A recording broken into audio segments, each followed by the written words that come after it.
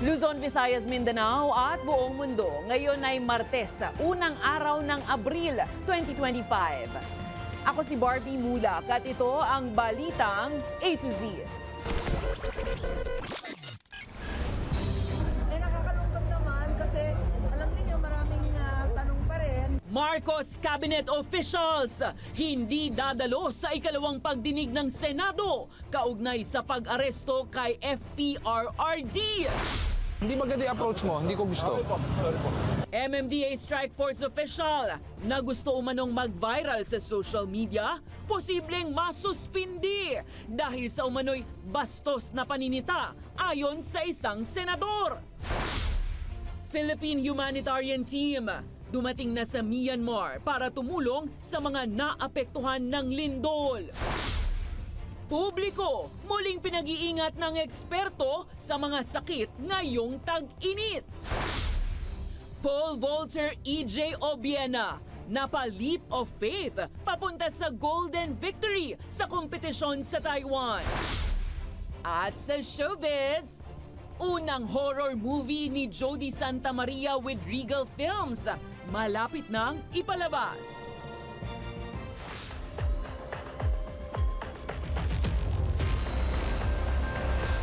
Magandang gabi pambungad sa ating newscast. Hindi na dadalo ang sinumang opisyal ng Marcos Jr. government sa pagdinig ng Senado ukol sa ICC arrest kay dating Pangulong Duterte. Kabaligtaran yan sa unang sinabi ng Malacanang na hindi pipigilang tumugon ang mga opisyal. Narito ang ating balitang A to Z.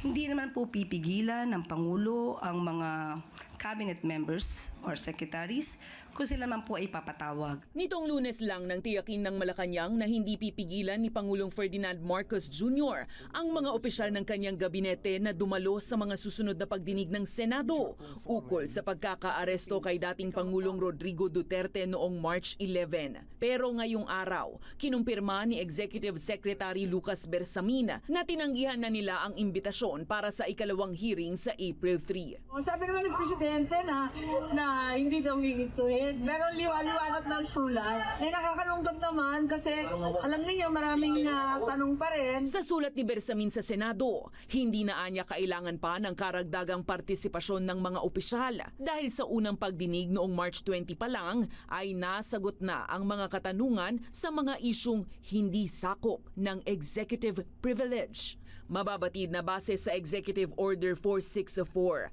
sakop ng executive privilege ang mga confidential at classified na komunikasyon ng Pangulo sa mga opisyal ng ehekutibo at hindi ito nararapat na isapubliko alang-alang sa national at public interest. Pero ayon kay Senator Amy Marcos, hindi maaaring magtago na lang sa likod ng executive privilege. Walang pang kalahatan executive privilege lahat ng topic. Chief Justice si Executive Secretary Bersamin, kapisado niya yan. Alam niya, walang pang kalahatan blanket na executive privilege. I-invoke lang yung executive privilege, depende sa tanong. Matatandaang makailang ulit ng dinipensahan ng Marcos government ang pagkakahuli kay Duterte ng International Criminal Court sa pamamagitan ng Interpol at ng local government officials. Pero lumalabas sa paunang findings ng komite ni Senator Amy na may paglabag sa karapatan ng dating Pangulo. Inirereklamo ng ilang audience ng Circus Music Festival 6 ang organizers nito matapos nilang maranasan ng umano'y hindi organisadong concert nito sa Pasig City nitong weekend. Ang daing ng crowd, hindi raw nila nakuha ang nararapat na concert experience mula sa kanilang binayad na entrance fee. May balitang A to Z exclusive, si Ian Maghanoy. Sa halagang 2,000 pisong entrance fee, ma-enjoy mo na ang isang malaking OPM concert na may mga bigating artists lineup. Plus, may libre pang tote bag, sombrero at t-shirt. Ito ang pangako ng organizer ng Circus Music Festival 6 sa audience nito bago ang mismong araw ng concert sa Pasig City nitong linggo, March 30. Pero, imbis raw na good vibes, bad trip daw para sa maraming dumalo ang kanilang concert experience. Platinum yun. Tapos yung platinum na yun, napunta pa sa gold. Yung mga merch. At the same time, magulo. Yung sa seating positions pa lang namin, yung sa barrier pa lang, sobrang disorganized ngayon na sobrang nakaka-disappoint. Last minute na rin umano ipinatupad ang concert policy na hindi raw dapat nangyayari. Imaginein mo yung pagod namin tapos no re-entry pa yon. Dati naman pwede ka mag-re-entry. Agad na humingi ng tawad ang organizer nito na si Mark Brian Beran na kasalukuyang tumatakbo bilang councilor ng Taguig City LGU bilang independent candidate. Pero pinaghahandaan na raw niya ang Circus Music Fest 7 sa October bilang pambawi sa mga nadismayang audience. Babawi ako sa inyo pero hindi sa paraan siguro na refund. Sana maintindihan mo rin ako na ang laki ng ginagastos sa music fest. Sana tulungan nyo rin ako na maka-recover. Ay, hindi pwede. Kasi hindi na nga kami nag-enjoy sa CMF 6 na to eh. What more pa kaya? May CMF 7 pa. Tapos doon, nakakadala. Ayon sa isang trade analyst, karapatan ng consumer ang mabigyan ng refund kung hindi siya nasiyahan sa resulta ng kanyang binayaran. Paraan ito para maproteksyonan ang mga consumer laban sa mga hindi balanseng transaksyon. Pero siyempre, at the end of it all, yung reputasyon, di ba yung credibility, yung image, yung ano rin, no? Kumbaga, ano na yan may track record na eh. Sa ngayon, nagtuturoan ang organizer at merchandiser dahil sa tila palpak na pamamahagi ng freebies sa mga nagbayad ng entrance fee. Sumablay lang talaga ako sa supplier. Yung sa supplier, bro, hindi ko malinis ang konsensya ko. Makakaharap ako sa kanila harap-harapa regarding doon na malinis ang konsensya ko na gusto kong ibigay sa kanila yung merch. Gustong-gusto ko, brother. Bakit hindi? Ang nire-request lang po ng subcontractors, pwede bang makahingi kami ng konting pampasahod? We even called them. Pahingi kami ng 50 to 100,000 pangbayad lang ng mga owners sa mga mananahi. Pero hindi sila nakipag-coordinate. Para sa Balitang A to Z, Ian Maghanoy.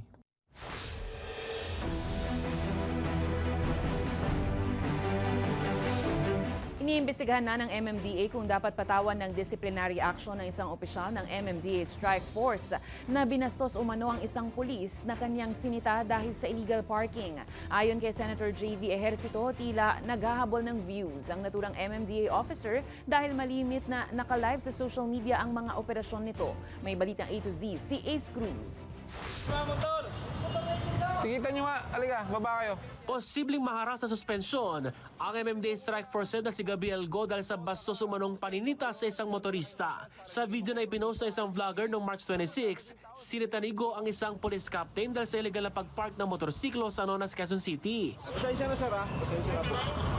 Ipapasok ko na lang po.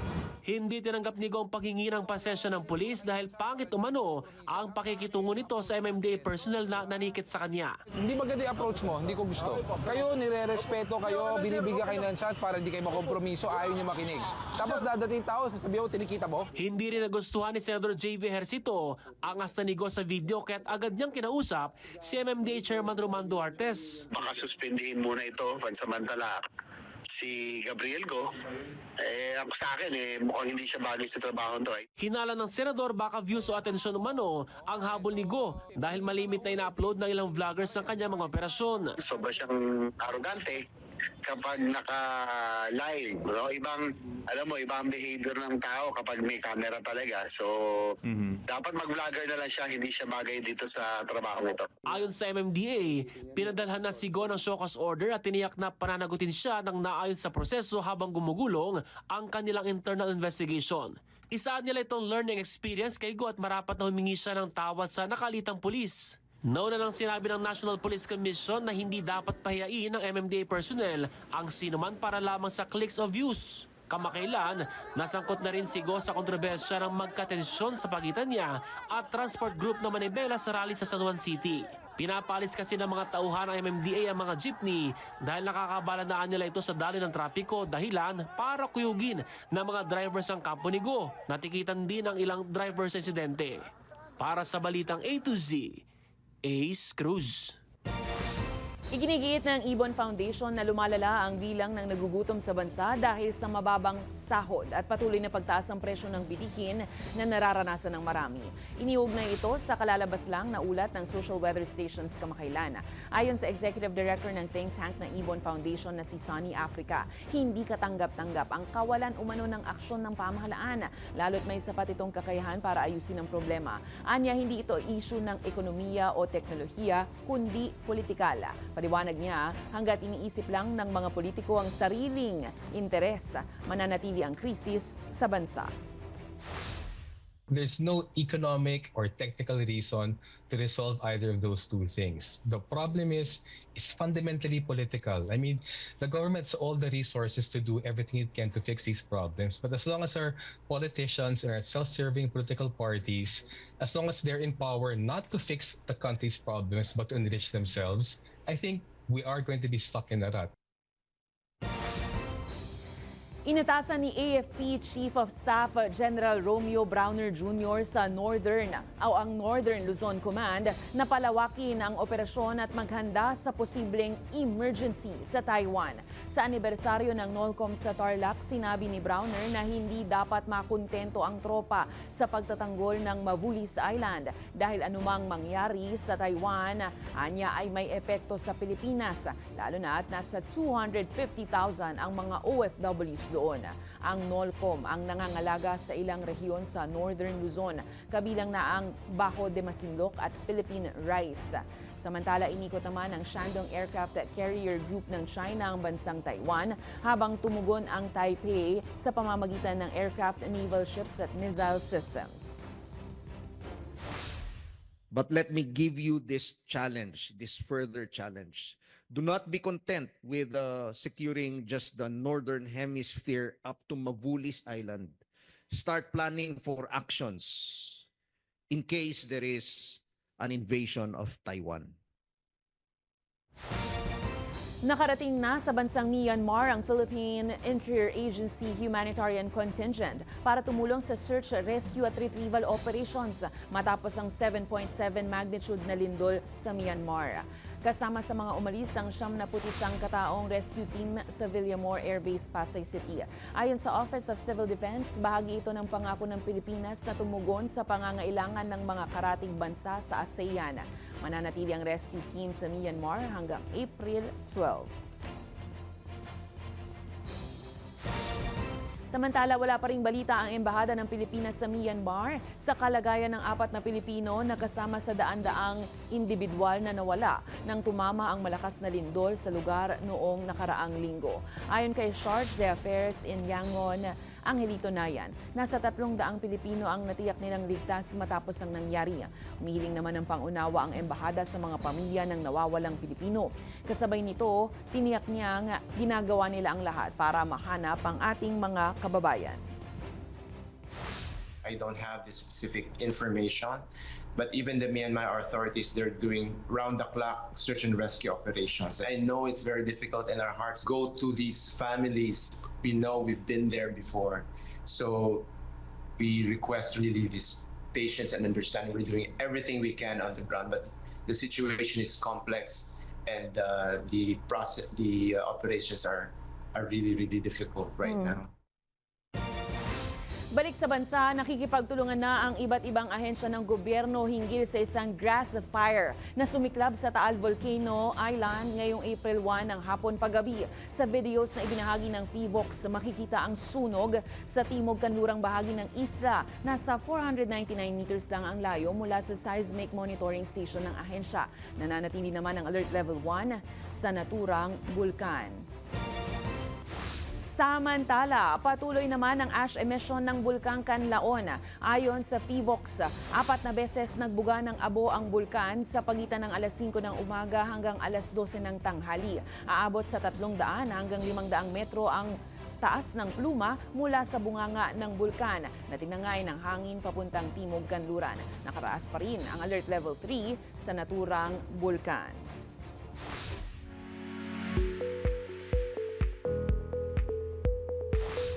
Step with Love, Walk with Joy. Libo-libo nga ang nakisaya at nakiisa sa isinagawang Happy Walk sa SMX Convention Center nitong linggo, March 30.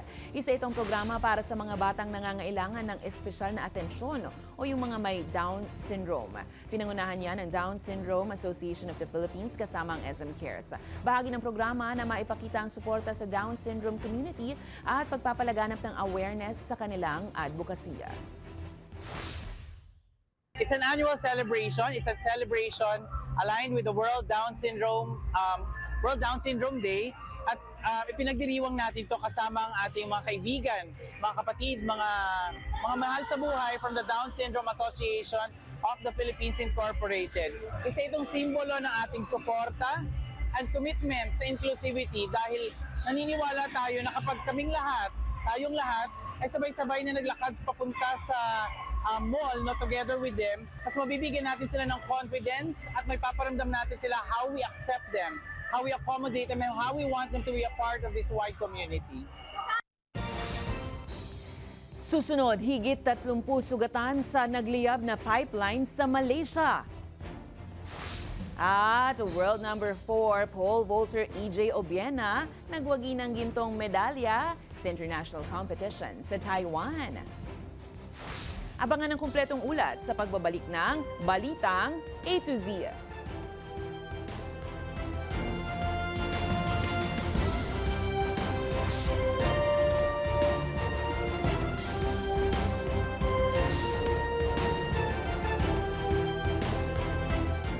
Opisyal na ngang idineklara ng Weather Bureau na Pag-asa ang simula ng tag-init nung nakaraang linggo. Pero kasabay ng summer fun o kaliwat kanan din naman ang mga sakit na nararanasan. Paano nga ba may iwasan yan? Ang Balitang A to Z, hatid ni Stanley Gahete. Hindi na nga natin maiiwasan ang panahon ng tag-init. Pagpapawisan ka talaga ngayon, anytime, anywhere, dahil sa summer heat. Sa katunayan, matinding init ang naranasan ngayong araw sa Dagupan City, Pangasinan na tansyang pumalo sa 46 degrees Celsius o ang danger level pagdating sa heat index. Ayon sa Pag-asa, ang heat index ay ang nararamdaman ng katawan natin na pinagsamang air temperature sa paligid kasama ang relative humidity o alinsangan ng panahon. Kaya ang marami, kanya-kanyang diskarte ngayon, maibsan lang ang init. Magpayong para hindi mainitan, magpahangin, tapos pumunta sa mall. Pag ganitong trabaho namin, sobra talagang ang kalaban namin, panahon talaga. Kaya pagka medyo walang booking, sisilo, papahinga. Laganap din kasi ngayon ang tinaguriang 6S o 6 na sakit kapag mainit ang panahon. Kabilang dito ang sore eyes, skin problem, sakmal ng aso o rabies, suka, dulot ng food poisoning, sunburn at ang stroke. Ang dalawang anak ni Nanay Cerila na sina Marcos at Kyle nagkahawaan ng sore eyes noong nakaraang linggo lang. Nahawa siya kasi lagi silang magkadikit. Lagi siyang nakadikit sa kuya niya, tapos dumidikit yung mata niya. Maging si Nanay Cerila nga, nakakaramdam na rin ang pangangati ng mata ngayon. Pero ayon sa health expert, kasi kapag mainit yung panahon, minsan yung mga tao nasa labas, no? Minsan nagkukumpulan pa nga yung iba o papansinin natin because of extremes of temperature. Minsan papasok sa kwarto, minsan mga umiikot yung ating mga viral illnesses. Kapag ang isang tao ay may sore eyes, hinawakan yung kanyang kamay yung kanyang mata, no, and then humawak sa ibang bahagi ng bahay, maaaring matransmit din doon. Pero hindi totoo yung nagkatinginan kayo tapos magkaka-sore eyes ka na rin. Ang kainan naman na ito ni Nanay Marina patok sa mga customer. Kaya naman ingat na ingat siya sa paghahanda ng kanyang lutuin para maiwasan ang anumang sakit tulad ng pagsusuka at pagtatae dahil sa food poisoning. Kailangan yung mga lulutuin mo, hugasan mo ng mabuti. Para matagal mapanis o walang mapanis. Hindi porke nainitan ng pagkain ay sasakit agad ang tiyan ninyo, no? Maaari na nagkakaroon ng mga impeksyon na dulot ng mga kinakain natin, maaaring hindi tama yung pagkakaluto o pagkaka-prepare, kaya na madaling nasisira sila. Laganap din ang sakit na stroke ngayong tag-init. Ang best advice na po pwede nating ibigay sa inyo ay wear light colored clothes para hindi po masyadong mainitan. Also, pinakamainam din po, healthy lifestyle pa rin. Abiso pa ng mga eksperto, iwasan ang matagalang pagbilad sa araw dahil may peligro itong hatid sa kalusugan. Uminom ng maraming baso ng tubig at panatilihing malinis ang katawan para maiwasan ang pagkalat ng sakit kahit tag-araw. Sabi nga, better be safe than sorry. Para sa Balitang A to Z, Stanley Gahete. Nauwi sa init ng ulo ang pampalamig na outing sana matapos magkaroon ng gulo ang dalawang grupong nagkairingan sa isang resort sa Kalumpit, Bulacan. May kita sa video na sinapak ng isang lalaki ang isa habang nakalublob sila sa swimming pool. Napawang lahat ay mga dayo lamang sa lugar. Dito na maraming sumali sa banatan sa tubig. Maririnig din na pinipituhan na ng lifeguard ang mga nagkakagulo. Ngunit ayaw silang paawat. Ipatatawag naman ng barangay ng Kalumpit ang may-ari ng resort para hindi na umano ito maulit pa. Binanatan ng ilang environmental group ang isinusulong na waste to energy o WTE plant sa Iloilo dahil sa posibleng panganib umano nito sa kalusugan ng tao maging sa kalikasan. Sa isinagawang multi-sectoral environmental forum sa UP Visayas ngayong Martes, binigyang diin ng mga grupo ang kawalan ng pagkonsulta ng LGU sa publiko bago pinirmahan ang kasunduan. Nais ng Green Empowered Movement na mabigyan ng linaw ang proyekto hinggil sa Integrated Solid Waste Management Facility kasabay ng panawagan ng transparency at accountability mula sa lokal na pamahalaan. Itinatayo ang naturang proyekto malapit sa isang coal plant kung saan inaasahang magbubuga ito ng mapanganib na polusyon na makasasama sa komunidad kasabay ng climate change. Giit ng environmental groups, pairalin ang totoong solusyon sa basura sa bayan katulad ng zero waste systems, pagbabawal ng single-use plastic at mas malawak na recycling program. We are hopeful to bring not only kung ano ba ang magagawa ng youth but also the narratives of our community. Ibinasura ni House Quad Committee Lead Chair Representative Robert Ace Barbers ang alegasyon ni dating presidential spokesperson Harry Roque na isang political persecution ang ginagawa sa kanya ng Kamara. Paliwanag ni Barbers, pinatawan ng contempt at detention order si Roque noong September 2024 dahil sa pag-iwas sa mga pagdinig. Nabigo rin siyang maghain ng kanyang Statement of Assets, Liabilities at Net Worth o SALN. Matatanda ang iniuugnay si Roque sa mga iligal na gawain ng Pogo Hubs pero walang kasong na isasampa laban sa kanya. Itinanggi rin niya ang koneksyon sa ni-raid na Pogo Lucky South 99. Samantala, wala pa namang desisyon ng mega panel sa panawagang harangin ang asylum request ni Roque sa the Netherlands.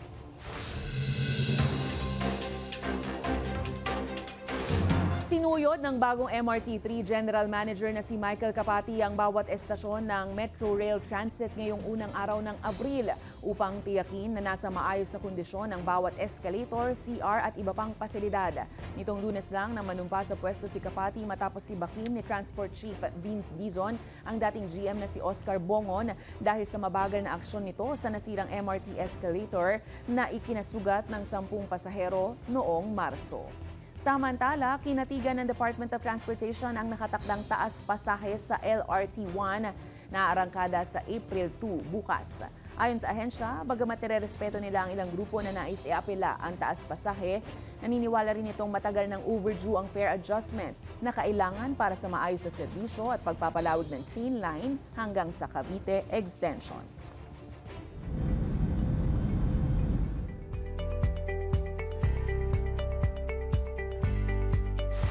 Sugatan ng mahigit sa 30 individual matapos magliyab ang bahagi ng gas pipeline ng Petronas malapit sa Kuala Lumpur sa Malaysia. Kitang-kita ang higanteng apoy at usok na sumabog sa himpapawid. Agad na isinugod sa ospital ang 6 na agarang naapektuhan. Habang patuloy naman ang pag-apula ng mga otoridad sa apoy, lalo't apektado na rin ang ilang mga bahay sa lugar. Ayon sa Selangor Disaster Management Committee, nagsagawa ng rescue operations sa mga natrap sa mga bahay habang iniimbestiga naman ang sanhi at kung gaano kalawak ang pinsala ng sunog. Walang sinabi ang makapal na hamog sa kalibre ng Pinoy champion pole vaulter EJ Obiena matapos manguna sa Taiwan International Pole Vault Competition sa Sun Moon Lake, Nantou City, Taiwan. Tinapos ni Obiena ang kompetisyon nang talunin niya ang 5.5 meters para sa gintong medalya. Silver medalist naman ang American vaulter na si Matt Ludwig matapos abutin ang 5.30 meters. Sa kabila yan ng masamang panahon, pinangalanan ni Obiena ang kanyang tagumpay bilang isang leap of faith. Dagdag niya, hindi laging may maaliwalas na lugar, pero kailangan lumaban. Congrats EJ sa bago mong gold medal. Sa aming pagbabalik, award-winning actress Jody Santa Maria, bibida sa horror film na Untold. At Charo Santos Concho at Dingdong Dantes magtatambal sa isang pelikula. Manatiling nakatutok, kayo ay nanonood ng Balitang A to Z.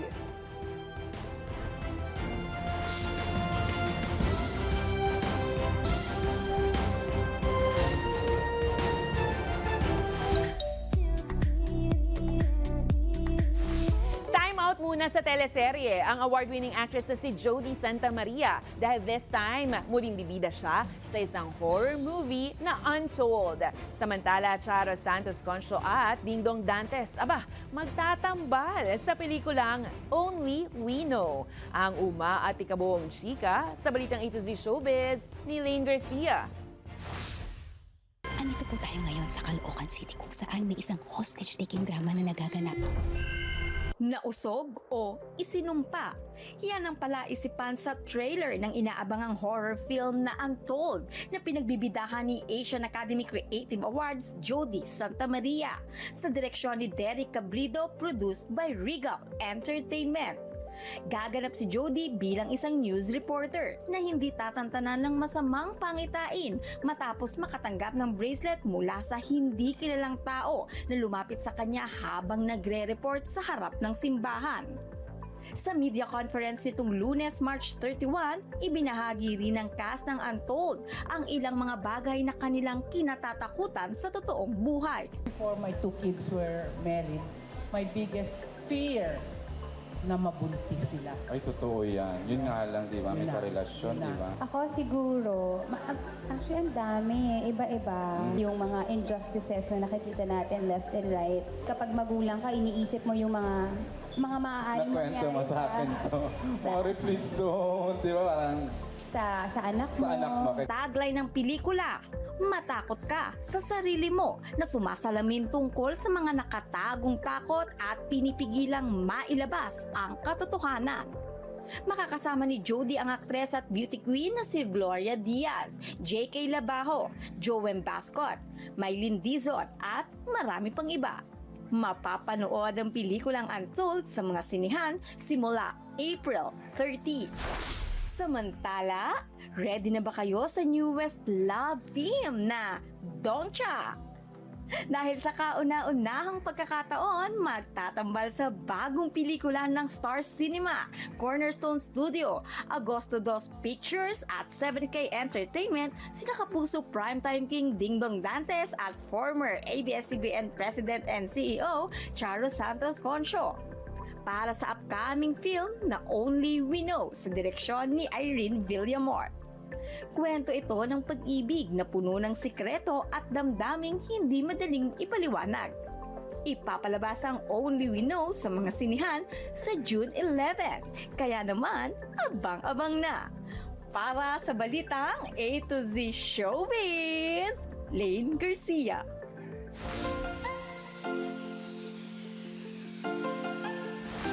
Ginawa na lang joke ng isang grupo ng magkakaibigan ang pamosong footbridge ng EDSA Kamuning. Sa Facebook post ni Albert Labrador ngayong April Fool's Day, kitang-kitang naka-full mountaineering gear ang barkada nang akyatin ang summit ng tinaguriang Mount Kamuning. May hawak pang flag at signage para ipakitang aabot sa 10 meters above sea level ang rurok nito. Naging tampulan nga ng biro ang naturang footbridge dahil sa taas at tarik na kailangang akyatin ng commuters na aabot sa 30 talampakan. Kung kayo ay may kwentong kakaiba, mga kwento ng pag-ibig o storya ng inspirasyon at pag-asa, i-share yan. Sumali sa ating Facebook group na Balitang A to Z, panoorin ang replay ng ating programa at sundan ang ating social media pages, hanapin ang Balitang A to Z. Ang ating pabaong quote of the night ngayong April Fool's Day ay mula sa American professional boxer at aktivistang si Muhammad Ali. Ayon sa tinaguriang The Greatest, ang kanyang paraan ng pagbibiro ay ang pagsasabi ng totoo. Ito anya ang pinaka nakakatawang biro sa mundo.